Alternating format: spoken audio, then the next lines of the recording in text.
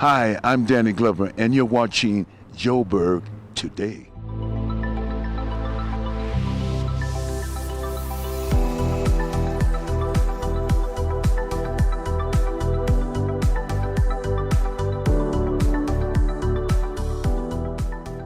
With unemployment at an all-time high, creating jobs is good business, especially when it comes from functional waste.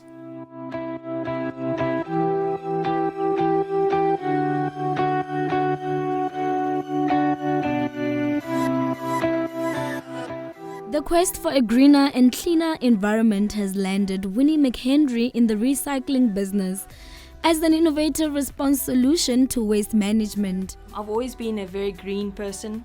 From being in school, I was a tree hugger. I was always working with Greenpeace, volunteering, doing different things.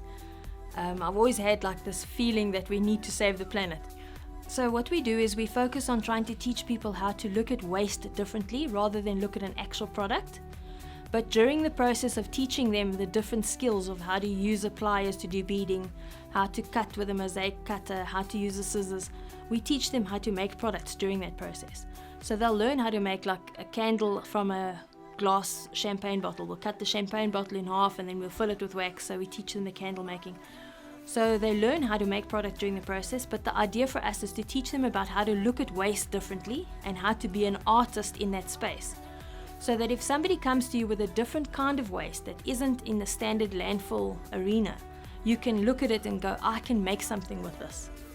So Upcycle's main mission is to try and work with corporates and get waste that is destined to go for landfill because it cannot be recycled, and use those products to create a business for people.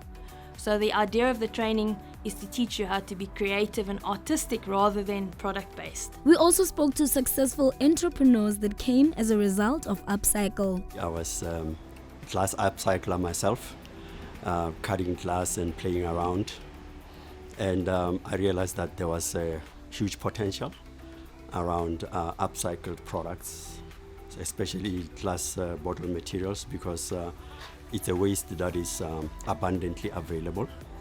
So I decided to search for a quick, faster and cheaper way and cost-effective at the same time of cutting up glass. My job as a facilitator, we have about 22 learners on site.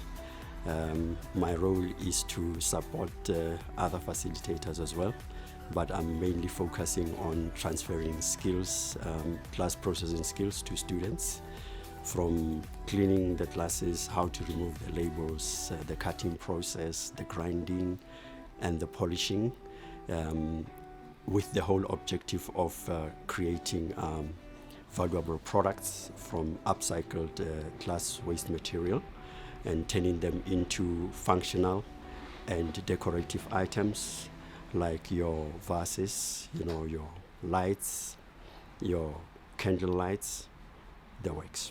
I got involved with Upcycle because I wanted to gain more experience in sewing and get to learn more about business so that I can improve on my business that I'm doing. Because I started my own center in Sonneville, so I wanted to learn more so that I can improve. It has like a great impact because, job-wise, jobs are scarce nowadays, so like we are really making some living with what we're doing. In South Africa, the problem is that people don't have the money to actually start a business. And when they do start a business, if they sell a product, they cannot take all the money and put it back into their business. They take whatever money they make and go straight to buy food for their family, because we are very much on the breadline. So it's really difficult for people to invest back into their business. What we do is we work with unemployed people and marginalized people, so people that have got criminal records, that aren't South African, so they don't have the right paperwork. If they don't have an education, they can't read or write, because for us it's not really about having a certain level of a degree before you can start doing what we do. You can literally use your hands. Anybody, I believe, is creative. A lot of us think we're not, but everybody is creative and everybody can actually benefit from this process. When I came to Upcycle, I was only focusing on one product, and I came to realize that the whole concept of upcycling is not about the product. It's about upcycling the lives of the people. It's also about saving the planet and reducing the negative environmental impact. And as we are now sitting with the waste crisis. Upcycle is definitely the solution to a lot of socio-economic problems that concern both civil society and government at large.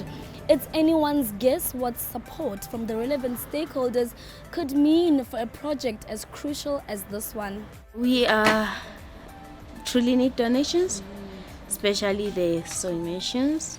That's our biggest challenge for now, because the ladies, they don't even have enough money to get their own sewing machines. The funding will totally help if we could get like industrial sewing machines, because most of the stuff that we get to make, it needs industrial sewing machines.